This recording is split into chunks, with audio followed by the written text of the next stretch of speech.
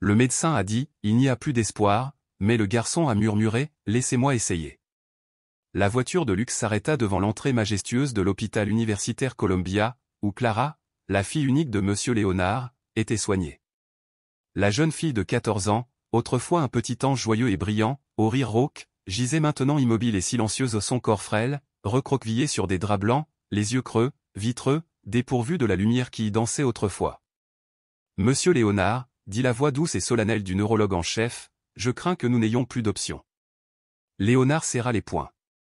Que veux-tu dire? L'état de Clara est au stade terminal. Aucune intervention n'a donné de résultat. Il s'agit d'une forme rare et agressivement dégénérative de maladie du motoneurone. Dévastatrice et incurable. Je peux payer le prix fort le double, le triple du budget de l'hôpital. Sauvez ma fille, cria-t-il, la voix rauque, comme un noyé haletant, s'accrochant à un fétu de paille. Le médecin baissa la tête, la sympathie dans les yeux, bien que sa voix restât clinique, détachée. Je suis vraiment désolé, monsieur. La voiture quitta l'hôpital en fin d'après-midi, le ciel de New York désormais gris et chargé. Des flocons de neige commencèrent à dériver doucement, tourbillonnant comme des plumes fantomatiques, se posant sur le pare-brise. Les phares projetaient de longs faisceaux brisés sur les routes scintillantes, chaque flocon reflétant la lumière comme des éclats de verre. Bien que les rues vibrassent de vieux piétons emmitouflés dans d'épais manteaux, voitures klaxonnant à plein poumon, Léonard ne voyait que du flou, le mouvement se dissolvant en formes insignifiantes. « Arrêtez-vous à Times Square, dit-il doucement. Andrew, son assistant personnel depuis 12 ans, se retourna, les sourcils levés. « Monsieur ? Il gèle dehors. J'ai besoin d'air. » La voiture s'arrêta lentement près de la place emblématique, habituellement bondée de monde comptant les jours jusqu'à minuit. À présent, elle était fantomatique, le vent résonnait dans le vaste canyon urbain, les pas étouffés par la neige. Léonard ouvrit la portière et sortit dans le froid mordant. Le vent lui gifla le visage comme une lame. Il resserra son manteau, fit quelques pas et s'arrêta à un coin de rue où un jeune noir se tenait tranquillement, vendant des mouchoirs. Il ne paraissait pas avoir plus de 12 ans, la peau hâlée, le regard incroyablement profond, plus âgé que son âge. Il ne criait pas pour vendre, ni ne mendiait la main tendue. Il se tenait simplement là, à observer Léonard non par pitié ou par faim, mais avec une intensité silencieuse qui transperçait le cœur du vieil homme, comme si quelqu'un avait touché la partie la plus fragile de sa douleur. « Comment t'appelles-tu » demanda Léonard, la voix brisée. « Ibrahim » répondit le garçon doucement, à peine un murmure. Léonard sortit son portefeuille, prêt à donner quelques billets à l'enfant, mais Ibrahim secoua doucement la tête, puis dit quelque chose qui arrêta le temps. « Je sais comment guérir votre fille. » Léonard se figea, pris dans un silence interminable, comme si la ville entière retenait son souffle. Puis il rit, amer et rauque, le son raclant sa gorge. « Pour qui te prends-tu? Un enfant prophète? Un escroc ?» Ibrahim ne broncha pas. Son regard resta fixe, inflexible. « Tu n'es pas quelqu'un qui croit au miracle, » dit doucement le garçon. « Mais ta fille a besoin de quelqu'un qui a survécu à cette maladie. »« Ferme-la » siffla Léonard d'une voix glaciale. « Tu n'as aucune idée de ce que tu dis. Tu crois pouvoir exploiter ma douleur pour de l'argent? Sors d'ici avant que j'appelle la police. » Andrew s'avança rapidement, protégeant Léonard.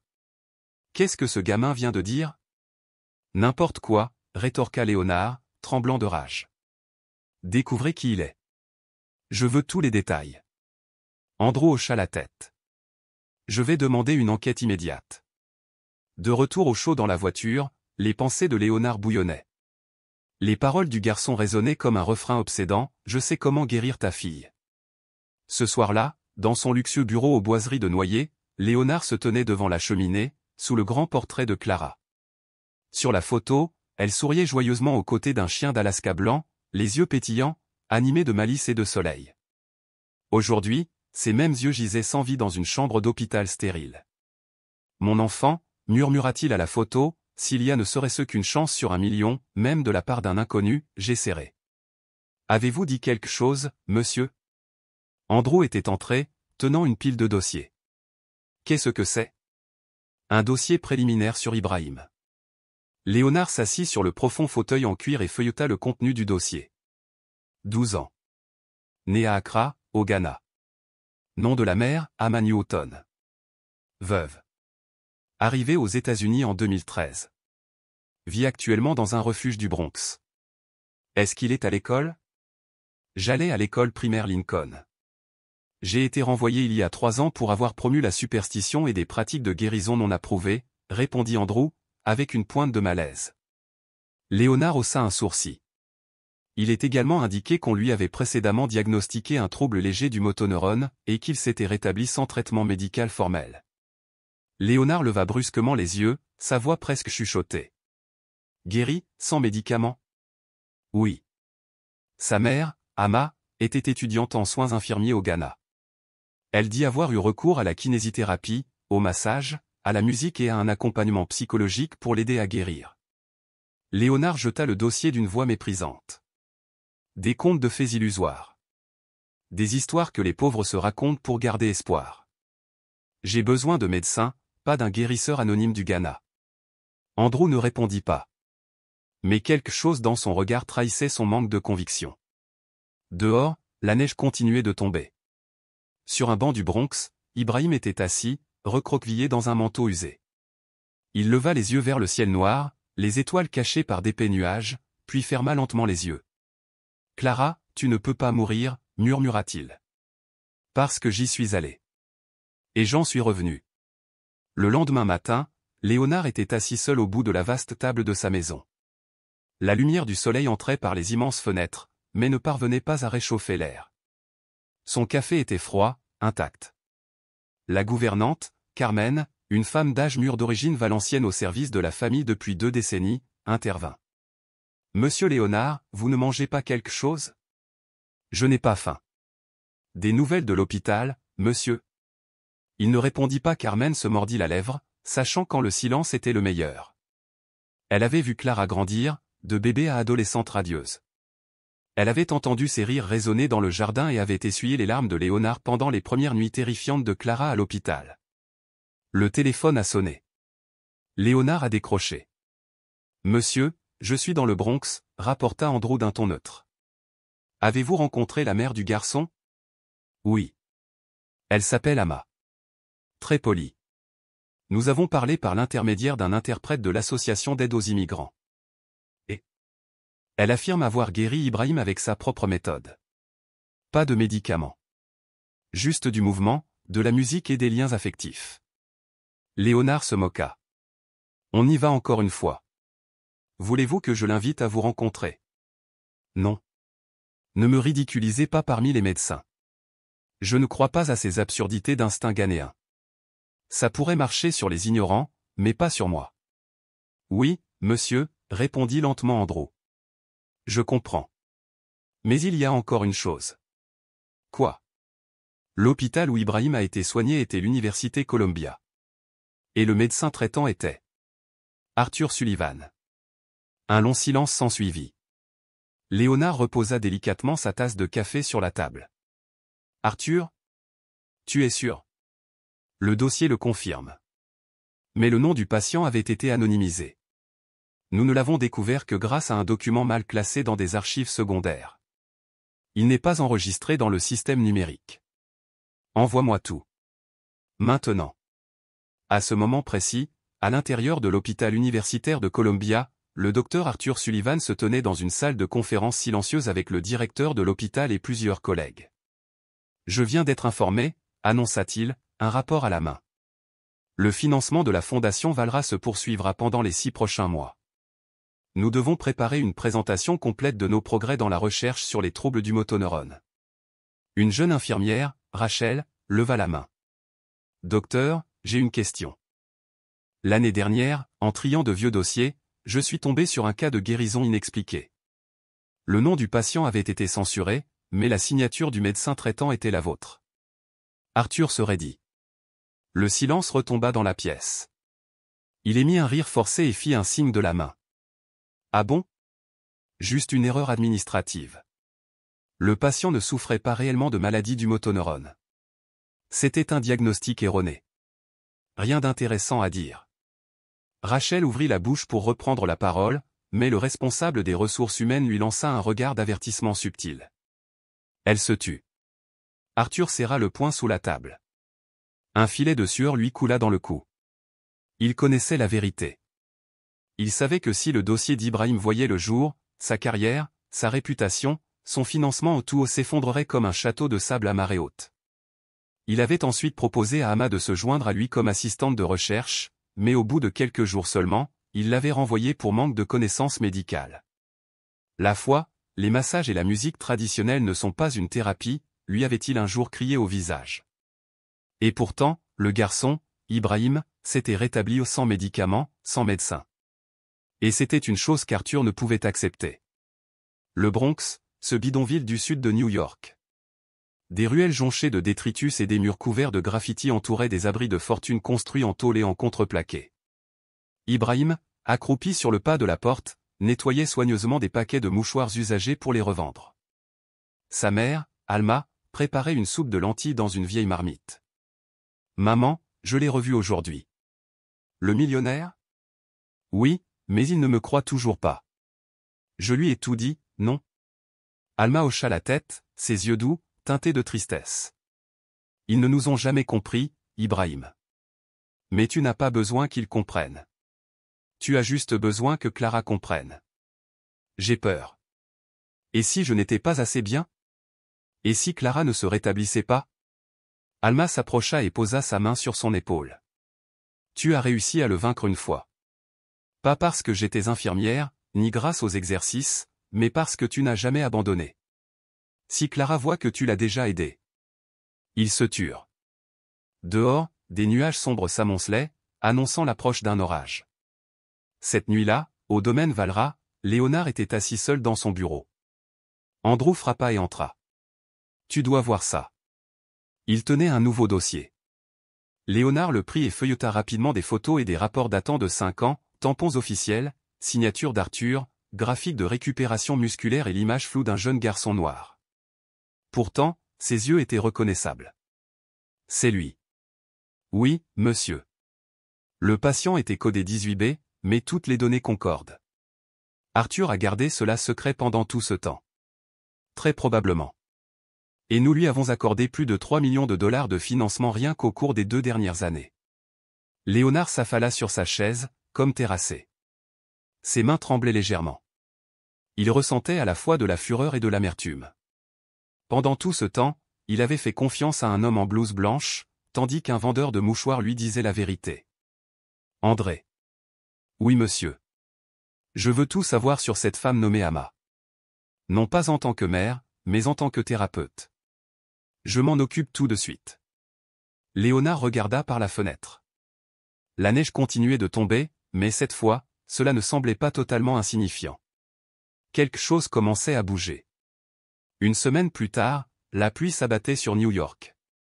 Une tempête hivernale glaciale s'abattait sur les toits, plongeant la ville dans une profonde tristesse. Dans son spacieux bureau, au 3e étage de l'immeuble de la Fondation Valra, Léonard était assis en silence, les yeux rivés sur un écran d'ordinateur. On y voyait une vidéo de sécurité récupérée de l'hôpital universitaire Columbia, datant du jour de l'admission d'Ibrahim. Andrew se tenait derrière lui et parlait à voix basse. Ce segment était crypté, mais mon équipe technique l'a restauré. Voyez-vous la femme qui marche à côté du garçon ? Léonard a zoomé. Une femme, vêtue d'un manteau usé, soutenait un enfant convulsé dans ses bras. Elle n'était pas paniquée. Son regard était concentré, ses lèvres remuaient comme si elle chantait quelque chose. Ses mains bougeaient en rythme non seulement pour tenir le garçon, mais aussi pour chasser la douleur de son corps. C'est Ama, dit doucement Léonard. Oui. Et le garçon s'appelle Ibrahim. Il venait d'avoir 8 ans. Le dossier médical fait état d'une crise d'épilepsie qui a duré 45 minutes. Mais 3 jours plus tard, il était capable de se tenir debout tout seul. Léonard était stupéfait. D'un côté, un enfant noir rejeté par la médecine conventionnelle. De l'autre, sa fille, allongée, immobile, dans un lit d'hôpital. « Est-ce qu'on rate une chance ?» murmura-t-il. Andrew posa une main sur son épaule, hésitant. « Peut-être. Mais il n'est pas trop tard. » Cette nuit-là, au domaine Valra, un vent violent soufflait. Clara était allongée dans son lit, le visage pâle, les lèvres gercées. Le respirateur artificiel ronronnait sans interruption, mais ses signes vitaux diminuaient. Le docteur Arthur entra avec une infirmière. Son état s'est considérablement détérioré, dit-il en regardant le moniteur cardiaque. J'ai peur qu'elle ne passe pas la nuit. Léonard se tenait près du lit, serrant fermement la main de sa fille. Tu as dit que tu la sauverais, dit-il d'une voix basse mais pleine de rage. J'ai fait tout ce que j'ai pu, répondit Arthur en haussant un sourcil. Tu sais que cette maladie est irréversible. Léonard se détourna sans rien ajouter. Arthur jeta un coup d'œil à l'infirmière et quitta la pièce. Le vent dehors secouait violemment les fenêtres. Une nuit noire s'installait, non seulement dans le ciel, mais aussi dans son cœur. Pendant ce temps, dans le Bronx, Ibrahim était assis à un bureau de fortune, feuilletant un carnet usé rempli de croquis et de notes que sa mère avait écrits. « Qu'est-ce que tu comptes faire » demanda Alma en posant un bol de soupe chaude. « Je vais au domaine Valra. Il pleut des cordes. Ils ne vous laisseront pas entrer. Je ne veux pas d'argent. Je veux juste aider. Je sais ce que ça fait d'être allongé là, incapable de bouger, sans que personne ne croie qu'on est encore en vie. » Alma resta silencieuse. Au bout d'un moment, elle dit, « Prends l'écharpe que je t'ai tricotée. Il fait froid. Et souviens-toi, s'il te repousse, sois gentil. » Ibrahim hocha la tête, une lueur de détermination dans le regard. Il enfila son vieux manteau, enroula l'écharpe autour de son cou et sortit sous la pluie incessante. Le portail en fer forgé du domaine de Valra mesurait près de 3 mètres de haut, flanqué de 2 gardes. Lorsqu'Ibrahim arriva, trempé de la tête aux pieds, ils furent surpris. « Et, où vas-tu, gamin ? » ?»« Je veux voir monsieur Léonard Valra. Il ne voit pas les étrangers. »« Je m'appelle Ibrahim. » Je lui ai parlé de Clara. Les deux hommes échangèrent un regard et l'un d'eux rit. « Eh bien, regarde qui est de retour, le gamin au mouchoir. Rentre chez toi, gamin. Il pleut des cordes. » Ibrahim recula de quelques pas. Puis il releva la tête, le regard fixe. « Je ne demande pas d'argent. J'étais Clara. Je peux aider. » Les mots résonnèrent sous la pluie, atteignant le balcon où Léonard se tenait, regardant en bas. Il se figea. À ce moment-là, le souvenir de Clara, 8 ans, qui appelait depuis la fenêtre, « Papa, je veux aller sur la place et donner des foulards aux inconnus », me revint en mémoire. Léonard posa sa main sur la balustrade et appela. « Andrew, amène le garçon. » Ibrahim entra dans la grande demeure, l'eau dégoulinant de son manteau. Il ne frissonna pas. Il regarda droit dans les yeux l'homme assis sur le canapé. « Je ne demande qu'une seule chance. 1 heure. » Léonard hocha la tête. 1 heure. Si rien ne se passe, tu pars. Convenu. Clara était allongée, immobile, respirant doucement grâce au respirateur. Ibrahim s'avança lentement, sans précipitation. Il s'assit à côté d'elle, retira le foulard de son cou et le lui posa délicatement sur la main. « Tu me connais, n'est-ce pas » murmura-t-il. Il n'y eut aucune réponse. Mais les yeux de Clara, bien qu'immobiles, vacillèrent légèrement. Ibrahim a continué. « Je suis le garçon qui a beaucoup pleuré, qui a beaucoup entendu, qui avait peur. Mais un jour, quelqu'un a chanté pour moi. Quelqu'un a cru que j'étais encore là. » Il lui prit la main et commença à masser doucement chaque doigt. « Tu entends la pluie ? C'est comme la nuit où j'avais le plus peur. Mais j'ai survécu. » Léonard se tenait à côté d'eux, retenant son souffle. Andrew, à côté de lui, brandissait son téléphone, non pas pour enregistrer des preuves, mais pour immortaliser un moment sacré. 1 minute. 2 minutes. 3 minutes. Soudain, la main de Clara tressaillit légèrement. Ibrahim ne parlait pas. Il souriait simplement. Clara cligna des yeux pour la première fois depuis des semaines. Léonard se précipita en avant, les yeux écarquillés. « Clara, tu m'entends » Ses lèvres remuèrent légèrement. Elle laissa échapper un long soupir. « Papa. » Le mot n'était pas complet, mais il suffisait à le faire s'effondrer à genoux, serrant sa main, les larmes se mêlant à la pluie qui tombait toujours dehors. En bas, Carmen se tenait près de la fenêtre, observant en silence. Elle se tourna vers Andrew, qui venait de descendre. Un miracle s'est réellement produit. Parfois, ce que la science ne peut expliquer vient peut-être de la croyance. Ce garçon, murmura-t-elle, il n'est pas ordinaire. Non, répondit Andrew, mais il est l'espoir. Depuis la première réaction de Clara, l'atmosphère au domaine Valra avait complètement changé. On ne marchait plus sur des œufs, à l'ombre de la mort. À la place, un espoir fragile et naissant régnait. Même Carmen, qui avait l'habitude d'essuyer le visage de Clara chaque matin comme si elle nettoyait une statue sans vie, ressentait maintenant quelque chose de différent lorsque ses doigts effleuraient la joue de la jeune fille, quelque chose de plus chaud qu'avant. Léonard quittait rarement la chambre de sa fille. Il observait le moindre mouvement, prenait des notes dans un journal et, surtout, ne dérangeait pas Ibrahim. Au contraire, il a proposé, avez-vous besoin d'autre chose, d'outils, de musique, de quoi que ce soit? Ibrahim secoua simplement la tête, d'une voix basse et ferme. J'ai besoin de ma mère, car tout ce que je sais, je l'ai appris d'elle. Andrew a accepté la demande sans hésitation. Quelques heures plus tard, une élégante voiture noire s'est arrêtée devant les bidonvilles du Bronx. À ma sortie, toujours la même femme simple, son foulard au ton terreux enroulé doucement autour de ses cheveux, un sac en tissu usé dans sa main contenant seulement quelques articles de base. Madame Alma? Andrew hocha légèrement la tête. Oui, je suis Ama Newton. Monsieur Valra vous invite à la propriété pour prendre soin de mademoiselle Clara. Bien sûr, avec une compensation financière et un hébergement complet. Ama secoua doucement la tête. Je ne le fais pas pour l'argent, mais pour Clara. J'y vais. À l'hôpital universitaire de Columbia, le docteur Arthur commença à sentir un malaise s'insinuer en lui, tel un courant d'air froid et silencieux. Les infirmières chuchotaient dans son dos. Certains dossiers médicaux ou des documents qu'il croyait enterrés avaient commencé à refaire surface lors de réunions internes. Mais ce qui l'effrayait le plus était un message de Léonard. Je souhaite vous rencontrer en privé au sujet de cette affaire qui remonte à des années. Arthur serra les mâchoires, assis en silence dans son bureau, la sueur perlant sur son col. Il ne pouvait pas laisser tout s'écrouler à cause d'un pauvre enfant noir et d'une ganaine sans papier. Certainement pas.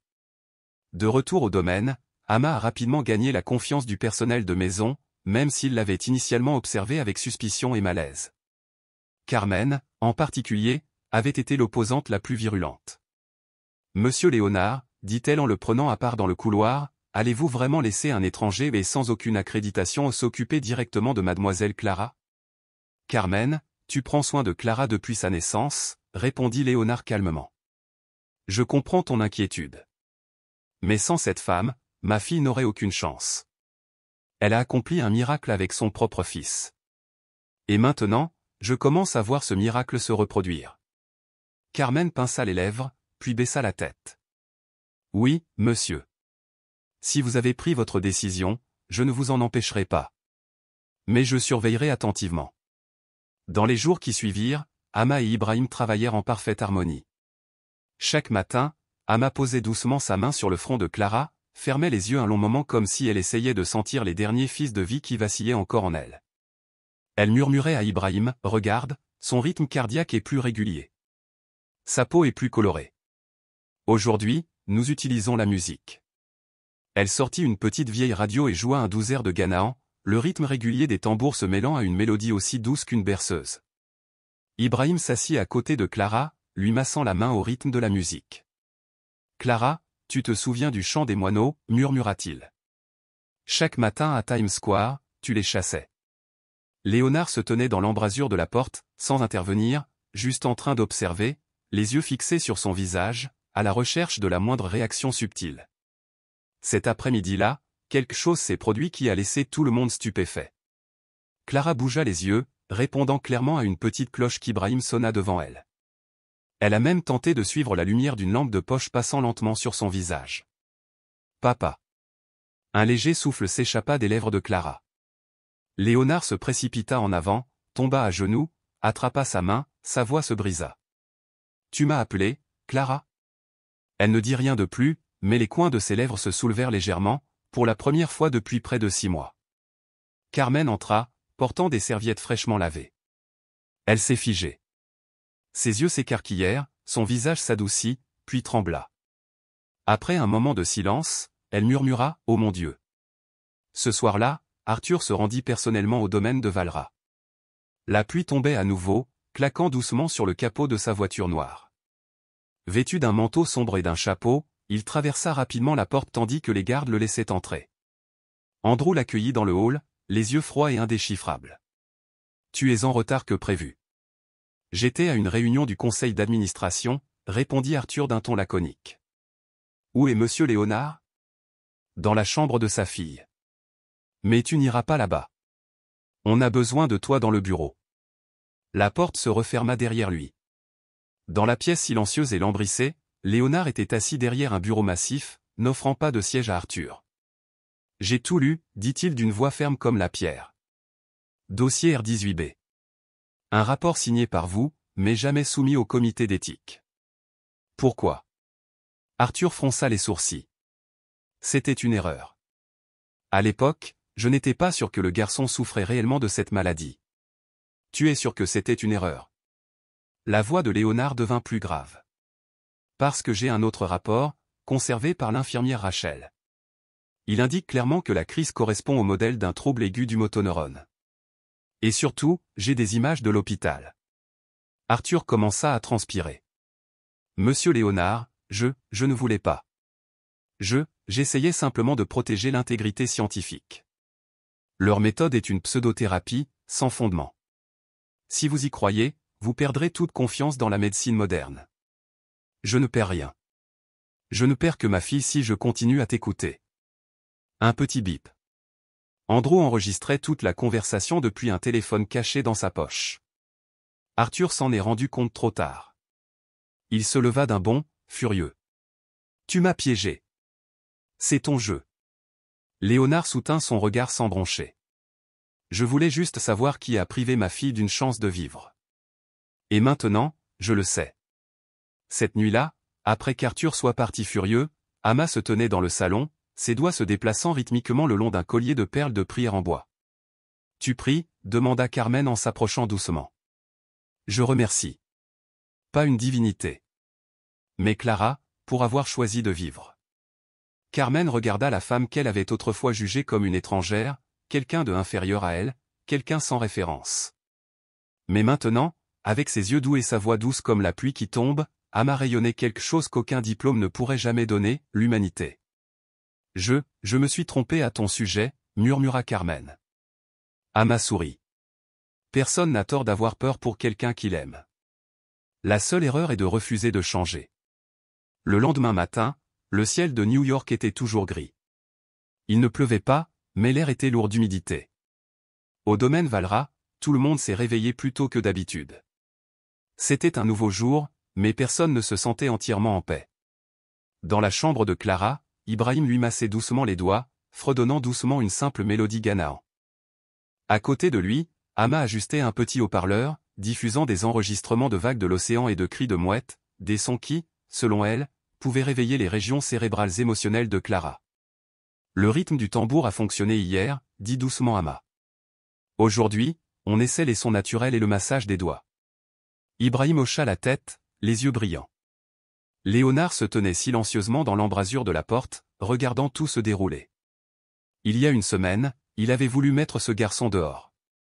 Il avait vu cette femme comme une imposture. Mais maintenant, son cœur se sentait plus léger à chaque fois que Clara clignait des yeux ou bougeait un doigt. Carmen entra, portant un verre de jus d'orange et quelques biscuits moelleux. Elle les déposa doucement sur la table de chevet et se tourna vers Ibrahim. « As-tu mangé quelque chose aujourd'hui? »« Oui, madame. » « Merci. » Carmen regarda Clara pendant un long moment, puis se tourna vers Amma. Elle semble savoir qu'elle n'est plus seule. Amma sourit. Et c'est le premier pas en arrière. À l'hôpital universitaire de Columbia, le silence habituel de la salle de conférence a été brisé par une vive dispute. « Docteur Arthur, je vous le demande à nouveau, » a déclaré le docteur Ferguson, président du conseil médical, en frappant du poing sur la table. Pourquoi le patient 18B n'a-t-il pas été inclus dans le résumé final de la recherche cette année-là? Arthur essaya de rester calme. C'était un diagnostic erroné. J'ai choisi de ne pas l'inclure car il n'y avait aucune valeur scientifique évidente, et parce que le patient était un enfant noir issu d'un bidonville, né d'une mère immigrée sans papier. La voix de Ferguson devint glaciale. La pièce devint silencieuse. Rachel, la jeune infirmière qui avait évoqué le cas, fixait Arthur directement. Elle a brandi une copie du rapport de traitement. J'ai la documentation complète, signée par vous. Elle indique clairement, le patient s'est rétabli après 3 mois de soins à domicile prodigués par sa mère. Elle inclut même les protocoles thérapeutiques et les réponses positives. Arthur déglutit difficilement. Monsieur Valra est désormais au courant, a poursuivi Ferguson. Et j'ai reçu une plainte officielle de son bureau. Vous faites l'objet d'une enquête interne. Vous êtes suspendu à compter de maintenant. Arthur se leva brusquement. Tu vas ruiner ma réputation à cause d'un enfant des rues? Non, répondit sèchement le docteur Ferguson. Nous restaurons l'intégrité de la médecine. La nouvelle de la suspension d'Arthur s'est répandue comme une traînée de poudre. Plusieurs sites en ligne ont commencé à remettre en question la transparence de ses recherches passées. Une revue médicale respectée a même publié un titre, Le miracle silencieux du garçon du Bronx. Léonard était assis dans son bureau, lisant chaque mot, avec le sentiment que son monde avait été bouleversé. Pendant des années. Il avait toujours cru savoir choisir les bonnes personnes, faire confiance à ceux qui le méritaient. Mais une cruelle révélation l'a frappé, il avait dépensé des millions pour financer un homme qui enterrait des vies juste pour protéger son ego. Andrew entra tranquillement dans la pièce. Dois-je organiser une conférence de presse? Pas encore, répondit Léonard. Je ne veux pas que Clara devienne la vedette des médias. Et le garçon est Madame Ama. Léonard leva les yeux. Je veux qu'il reste, mais je demanderai, je n'imposerai pas. Ce soir-là, tandis que Clara dormait paisiblement, Léonard invita Ama et Ibrahim dans le jardin derrière la maison, l'endroit préféré de Clara où elle aimait lire chaque après-midi. Le personnel avait déjà préparé une petite table à thé, et de douces lumières jaunes projetaient une douce lueur dorée sur les visages des 3 personnes réunies. Une douce brise apportait le parfum du jasmin et le doux murmure de l'eau qui coulait de la fontaine voisine. Léonard parla le premier, sa voix hésitante. Je ne suis pas doué pour dire merci, mais aujourd'hui je dois apprendre à le faire. Ibrahim baissa la tête. J'ai seulement fait ce que quelqu'un a fait pour moi une fois. Ama posa doucement sa main sur la table. Nous n'avons pas besoin de gratitude. Nous voulons juste que Clara vive. Léonard pinça les lèvres et hocha la tête. Il lui fallut un moment pour continuer. Je sais que votre présence ici n'a pas été facile pour tout le monde. Certains, dans la maison, sont encore sceptiques. Et dehors, dans la société, on en parlera sans doute. Si vous le souhaitez, je peux vous organiser un logement dans un appartement près du centre de réadaptation que je construis. Ama le regarda, puis sourit doucement. Si tu crois que je peux aider Clara, le meilleur endroit pour moi est près d'elle. Que ce soit dans ce manoir ou sous une tente dans le jardin, peu importe. Léonard marqua une pause, puis laissa échapper le premier rire sincère qu'il avait eu depuis des mois. Très bien. Je vais demander à Carmen de préparer une chambre pour vous deux. Ibrahim leva les yeux, ses yeux brillants. Puis-je demander un petit tambour, comme celui sur lequel ma mère jouait? Léonard posa une main sur l'épaule du garçon. Tu auras ton tambour et tout ce dont tu auras besoin pour aider Clara à guérir. Le lendemain matin, tandis que la douce lumière du soleil entrait par la fenêtre de Clara, ses mouvements subtils continuèrent. Elle leva doucement son poignet, essayant de tourner la tête vers le chant des oiseaux qu'Andrew avait diffusé sur l'enceinte Bluetooth. Carmen se tenait à proximité, stupéfaite. Ses yeux, elle suit la lumière. Ibrahim s'avança, tenant le petit tambour. Il tapa sur un rythme régulier. Tu connais ce son, n'est-ce pas? La première fois que je l'ai entendu, je ne pouvais même pas ouvrir les yeux. Mais maintenant, je te le joue. Clara laissa échapper un léger soupir. Elle ferma les yeux, puis les rouvrit. Cette fois, son regard n'était pas vide, il était réceptif. Ama se tourna vers Léonard. Tu vois? Ce n'est pas son corps, c'est son esprit qui réagit. Léonard ne dit rien. Il baissa la tête, ses mains tremblantes se couvrant les yeux. Non pas parce qu'il était fatigué, mais parce que, pour la première fois, il pleurait non pas de douleur, mais d'un nouvel espoir. Dans les jours qui suivirent, Clara montra des signes évidents de progrès. Ses premiers mouvements n'étaient plus des réflexes involontaires, mais les prémices d'une prise de conscience comme une lumière illuminant lentement une pièce longtemps plongée dans l'obscurité. Ce sentiment transforma son espace, autrefois ravagé par le désespoir, en un espace d'espoir fragile et de lumière naissante. Ibrahim n'était plus seulement un garçon qui avait autrefois vendu des mouchoirs aux yeux de Léonard. Il était celui qui avait ouvert la voie à la guérison, qui avait osé regarder la peur en face et affirmer que la guérison était possible, simplement en croyant en ce que la science ne pouvait expliquer. Chaque matin, Ama, Ibrahim et Clara commençaient leur journée par une petite séance. Ils étaient assis en cercle. Clara posait les mains sur le petit tambour qu'Ibrahim avait apporté, le tapotant parfois sur un rythme simple, ou fermant les yeux, respirant au rythme du tambour. Amma la guidait avec douceur dans des exercices de mobilité légers, doux mais déterminés, comme les premiers pas d'un long et incertain voyage. « Tu te souviens du rythme » demanda Ibrahim en tapotant à nouveau. Clara hocha lentement la tête. Ses lèvres remuèrent. « Papa. » C'était la deuxième fois qu'elle prononçait son nom, mais cette fois, c'était plus clair. Léonard se tenait silencieusement à la porte, observant. Il n'arrivait toujours pas à croire pleinement à ce qu'il voyait. Mais en lui, quelque chose s'éveilla ou une étincelle de foi qu'il croyait éteinte depuis longtemps. Carmen se tenait à côté de lui, son expression prudente. « Monsieur, je vois quelque chose de différent. » Léonard serra les lèvres, un léger sourire traversant son visage. « Peut-être, Carmen. Mais n'oublions pas qu'il faut encore être patient. » « Mais je l'ai vu. » Clara suit la lumière. Ses yeux sont vivants. Léonard ne répondit pas immédiatement. Il entra dans la pièce, s'approchant du lit de Clara. Ses pas résonnèrent dans le silence, mais toute l'attention était concentrée sur un seul point, l'espoir. « Clara » appela-t-il doucement. Elle ne répondit pas immédiatement. Mais en elle, quelque chose de nouveau s'éveillait. Lentement, son regard se tourna vers lui, comme si elle reconnaissait la présence de son père. « Papa » dit-elle, le son toujours faible, mais rempli d'une détermination indéniable. Léonard ne put plus contenir ses émotions. Il s'assit à côté d'elle et lui prit la main. « Tu as dit mon nom. Tu as vraiment ?» Ses larmes ne cessaient de couler.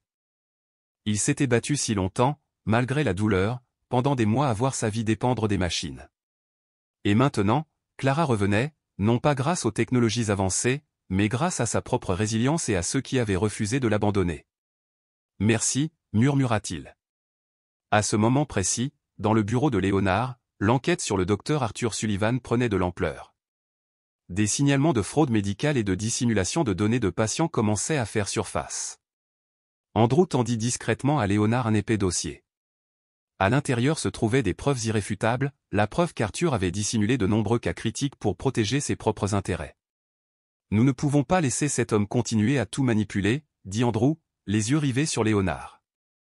Léonard resta silencieux, serrant fermement le dossier. Il laissa échapper un profond soupir, puis le referma. Il est temps de dire la vérité au monde. Le lendemain, Léonard décida d'organiser une conférence de presse. Toute la ville connaissait son nom, et cet événement allait attirer l'attention de tous. Dans la grande salle de presse de la Fondation Valra, journalistes et reporters se rassemblèrent, avides de réponses. Ils avaient beaucoup entendu parler de Clara, mais jamais de l'histoire de sa guérison. Léonard se tenait devant le micro, son expression solennelle, même si dans ses yeux brillait maintenant quelque chose de différent, le bonheur, la fierté. Il prit une profonde inspiration et commença. « Mesdames et messieurs, aujourd'hui, je souhaite partager une histoire, pas seulement une histoire de croyance, mais une histoire de vérité. Ma fille Clara est restée un jour immobile pendant des mois, prisonnière d'un cauchemar. J'ai partagé ce cauchemar avec tous les médecins qui n'ont pas réussi à l'aider. Mais finalement, un garçon, Ibrahim, nous a montré une autre voie. Une voie non pas celle de la médecine, mais celle de la foi, de la persévérance et de l'amour maternel. » Le silence se fit dans la salle. Des murmures se répandirent dans la foule. Léonard a continué. « Aujourd'hui, je souhaite évoquer la contribution de Madame Amma, la mère d'Ibrahim. Une femme négligée par le système médical simplement parce qu'elle n'a pas de diplôme, et pourtant, dont le cœur déborde de compassion. C'est elle, grâce à des méthodes simples et patientes, qui a aidé son fils à se rétablir et qui aide aujourd'hui Clara à retrouver la vie. » Plusieurs journalistes écrivaient furieusement. D'autres semblaient choqués, voire sceptiques. Mais une chose était claire, cette histoire ne laissait aucune place à la tromperie. Arthur Sullivan, le médecin responsable du cas de Clara, a non seulement dissimulé la vérité, mais a aussi trahi l'éthique médicale. Pour son propre profit, il a transformé la douleur de ma fille en profit, étouffant une guérison miraculeuse par peur de perdre sa réputation. Je demande au conseil médical d'ouvrir une enquête officielle sur ces agissements. Les derniers mots de Léonard résonnèrent comme le tonnerre. Le silence se fit dans la salle. Tous le considéraient non seulement comme un philanthrope, mais aussi comme un homme menant un combat pour la vérité et la justice. La réaction du public fut fulgurante. Les médias amplifièrent l'histoire d'Ibrahim, d'Ama et de Clara. Certains médecins commencèrent à remettre en question les méthodes conventionnelles, tandis que d'autres admiraient le courage et le dévouement d'Ama. Mais Ibrahim ne prêta pas attention au tollé. Il continua simplement à travailler aux côtés de Clara, l'aidant à se rapprocher de la guérison. Ama resta aux côtés de Clara, partageant chaque instant, chaque petit miracle. La nuit tomba. Le silence régnait dans le manoir. Clara dormait paisiblement. Son visage ne ressemblait plus à celui d'une statue sans vie, mais à celui d'une enfant bien vivante. Léonard l'observait, murmurant tout en lui brossant délicatement les cheveux. « Nous avons encore un long chemin à parcourir, Clara, mais tu m'as redonné une raison de vivre. » Le lendemain, la maison Valra s'animait à un rythme nouveau, avec une nouvelle détermination. Clara n'était plus immobile. Son regard suivait les gens dans la pièce. Sa main tressautait lorsqu'Ibrahim sortait le tambour ou lorsqu'Ama lui massait doucement le dos. Léonard restait auprès d'elle autant qu'il le pouvait, même si le devoir l'exigeait toujours, réunion, négociation, responsabilité. Mais ces instants fugaces aux côtés de Clara lui rappelaient que sa vie avait complètement changé. Monsieur Valra, a appelé une voix, interrompant une réunion vidéo. Il leva les yeux. Andrew entra dans le bureau, une pile de documents à la main. « Qu'est-ce que c'est » demanda Léonard. Les médias continuent de rapporter la guérison miraculeuse de Clara, mais certains problèmes sont apparus. Léonard se leva et prit les documents des mains d'Andrew. La communauté médicale commence à critiquer les méthodes de Madame Ama, a déclaré Andrew. Ils affirment que ces interventions n'auraient pas pu fonctionner sans le soutien médical conventionnel. Léonard resta silencieux, le regard lointain, les pensées s'emballant. « Je ne laisserai pas Madame Ama être discréditée, dit-il finalement. Nous ne reculerons pas. Je ferai tout ce qu'il faudra pour la protéger. Je comprends, acquiesça Andrew. Mais le docteur Sullivan a porté plainte contre vous pour ce que vous avez dit lors de la conférence de presse. Très bien. Je m'en occupe, dit Léonard, les dents serrées. Pour l'instant, Clara a besoin de moi. Laissons les poursuites se régler d'elles-mêmes. Nous ne vivons pas dans la peur. À l'hôpital, le docteur Arthur Sullivan ne supportait plus la surveillance. Chaque jour, les médias se rapprochaient de lui. Les gens le voyaient désormais non plus comme un médecin, mais comme un imposteur. Un homme qui ignorait les patients pour préserver son image. À la sortie d'une réunion tendue avec le conseil médical, un journaliste lui a barré la route. « Docteur Sullivan, avez-vous des commentaires sur le procès de Monsieur Valra ?» Arthur serra les poings, sa voix était amère. « Tout ce que j'ai fait, c'était pour la science. Monsieur Valra ne comprend pas, c'est un millionnaire, pas un médecin. Je ferai tout mon possible pour prouver que j'avais raison. » Mais au fond, Arthur savait qu'il était en train de perdre non seulement sa carrière, mais aussi son âme. Il avait trop longtemps enfoui la vérité. Une vérité sur une méthode qu'il avait rejetée sans pitié. Pendant ce temps, Ama et Ibrahim continuaient de prendre soin de Clara. Elle réagissait plus intensément à la musique, notamment au chant ghanéen qui résonnait doucement dans sa chambre. Ibrahim restait près d'elle, la guidant dans chacun de ses mouvements. Un après-midi, alors que la lumière dorée filtrait à travers la fenêtre, Clara tourna lentement la tête. Ses lèvres remuèrent. « Papa. »« Papa, murmura-t-elle. Léonard se figea, au bord de l'évanouissement. Il se précipita à son chevet. « Clara, tu viens de m'appeler ? Tu peux vraiment parler maintenant ?» Clara sourit, ses yeux brillants de vie, fragiles mais présents. C'était la première fois depuis des mois qu'elle lui répondait ainsi. Léonard la serra dans ses bras, les larmes coulant à flots. Il n'aurait jamais imaginé ressentir une telle joie au simple, profonde, sacrée. Et juste à l'extérieur de la porte, Ama regardait, les yeux remplis de compassion, témoin de la résurrection de la foi d'un père. Elle savait que ce n'était pas la médecine moderne, mais l'amour et la persévérance qui avaient ramené Clara à la vie. Les méthodes qu'elle utilisait n'étaient pas des miracles, mais des leçons transmises par sa mère aînée des épreuves qu'elle avait surmontées au Ghana. Une semaine plus tard, Léonard convoqua une réunion importante avec le conseil médical. Il avait préparé des preuves documentées du rétablissement de Clara et des méthodes thérapeutiques utilisées par Ama, déterminé à démontrer que la thérapie par le mouvement et la musicothérapie pouvaient avoir un impact tangible et mesurable. Il invita des spécialistes de centres de réadaptation à témoigner des profonds changements subis par Clara. Dans la salle de réunion, beaucoup d'yeux restaient sceptiques, les bras croisés par le doute. Mais à mesure que les nouveaux rapports étaient présentés ou détaillés, incontestables, humains, les esprits commençaient à changer. Léonard se leva, la voix posée et passionnée. « Je ne veux pas me disputer avec les experts, a-t-il commencé, mais je ne peux pas rester silencieux alors que ma fille est sur le point de mourir et que personne ne comprend vraiment pourquoi. Tout ce que je demande, c'est une chance. Une chance d'essayer une approche différente. » Arthur se leva brusquement, la voix aigre et pleine de défis. « Tu crois vraiment que de telles méthodes peuvent guérir un cas aussi grave que celui de Clara ?» Léonard ne broncha pas. Il n'éleva pas la voix. Calmement, avec conviction, il répondit, « Si tu veux savoir, je te montrerai. Mais si tu ne veux pas, je ne te forcerai pas. » Le lendemain, Clara fut transférée dans un nouveau centre de rééducation, financé par Léonard lui-même. Conçu pour allier la beauté apaisante des environnements naturels à la précision des équipements modernes, le centre proposait une thérapie par la musique, la lumière et des mouvements doux. Jour après jour, Clara continuait de se rétablir. Son corps réagissait avec plus de fluidité, ses réflexes revenaient, ses sens s'éveillaient, comme touchés par quelque chose de sacré. Pour ceux qui l'entouraient, c'était comme assister à un miracle silencieux. Madame Amma resta fidèlement aux côtés de Clara, la guidant, elle et le jeune Ibrahim, leur offrant non seulement un accompagnement thérapeutique, mais aussi la chaleur d'un sentiment d'appartenance, le sentiment d'appartenir à une famille. Léonard se tenait souvent près de la fenêtre de la salle de réveil, le regard perdu dans le silence, se demandant s'il avait trouvé la foi en quelque chose de bien au-delà de la science, quelque chose qui ne pouvait être mesuré par des instruments ou des tests. À cet instant, il ne ressentait ni peur ni fatigue. Seulement la paix. « Tu as gagné, Clara » murmura-t-il, « et moi aussi. » Le printemps arriva tard à New York cette année-là. Malgré la fonte des neiges, l'air restait frais et le ciel gris. Mais quelque chose avait changé, subtilement mais profondément, au sein du domaine Valra. Clara, la fille de Léonard, était en convalescence. Bien que l'avenir fût incertain et la stabilité encore fragile, elle n'était plus une statue silencieuse. Elle était une âme revenant au monde, souffle après souffle, geste après geste.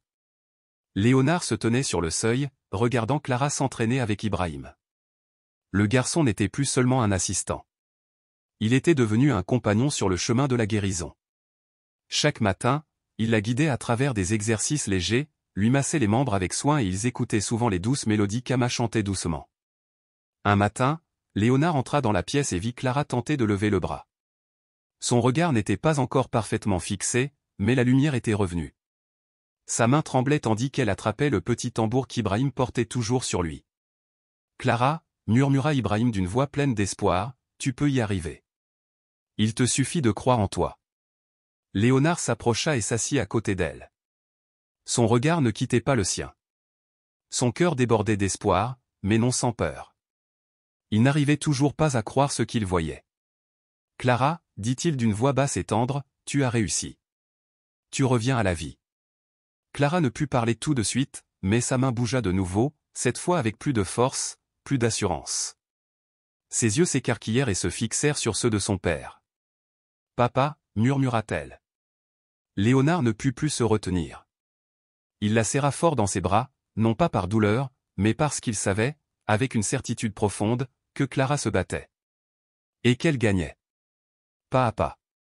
À ce moment-là, Léonard n'était pas millionnaire. Il n'était ni un homme de pouvoir ni un homme de prestige. Il était simplement un père, tenant sa fille dans ses bras tandis qu'elle revenait à la vie. « Tu n'es plus seul » murmura-t-il. « Je serai toujours là. » Amma se tenait sur le seuil, les yeux emplis d'une émotion sourde. Elle savait que tout le monde n'accepterait ni ne comprendrait ce qu'elle avait fait. Mais peu importait. L'important était ceci, Clara était en vie. Et c'était le plus beau cadeau qu'elle pouvait offrir. Un jour passa, puis un autre. Mais au domaine Valra, le temps ne s'écoulait plus sans raison. Clara progressait, petit à petit. Ses mains bougeaient plus librement, et bien que ses jambes fussent encore instables, elle pouvait désormais avancer doucement et prudemment. C'étaient de petits signes, mais miraculeux. À l'hôpital, Arthur Sullivan, désormais suspendu, ne tenait plus en place. Tout autour de lui s'effondrait. Les médias ne cessaient de le critiquer. Ses collègues commençaient à remettre en question ses compétences. Nuit après nuit, il perdait le sommeil, hanté par la peur que ses secrets soient bientôt dévoilés. Un matin, Arthur reçut un appel d'un numéro inconnu. Il hésita, puis répondit. Une voix parlait clairement au bout du fil. « Il faut qu'on parle de Clara. De ce que tu as fait. »« Qui est-ce » demanda Arthur froidement. « Quelqu'un qui veut vous aider. On peut tout régler. Ensemble. » Il y eut un léger rire à l'autre bout du fil. Puis le silence. La colonne vertébrale d'Arthur se raidit. « Comment savoir si tu ne cherches pas à me faire du mal » s'exclama-t-il. « Si tu attends de voir par toi-même, ce sera trop tard, » répondit calmement la voix. « Mais je te suggère de me rencontrer. N'attends pas qu'il soit trop tard. » Le nom d'Ama. Le nom d'Ibrahim. Ce n'était plus des murmures dans l'esprit d'Arthur. C'était devenu des menaces. Et il savait, au fond de lui, que s'il n'agissait pas maintenant, il n'y aurait plus aucune chance. Le lendemain, au domaine Valra, alors qu'Ama et Ibrahim aidaient Clara à faire ses exercices, Léonard reçut un appel téléphonique. La voix à l'autre bout du fil était inconnue. « Monsieur Valra, je souhaite vous rencontrer. Au sujet de Clara. Je sais que vous avez beaucoup de questions. Mais si vous souhaitez régler le problème rapidement, je peux vous aider. » Léonard marqua une pause. « Qui est-ce ? Je peux vous aider. Mais nous devons nous parler en personne. Nous pouvons nous rencontrer où vous vous sentez en sécurité. » Malgré ses soupçons, Léonard ne pouvait s'empêcher de penser aux ombres non résolues qui hantaient encore sa famille. S'il voulait que Clara se rétablisse complètement, il devait affronter la vérité. « D'accord, » dit-il.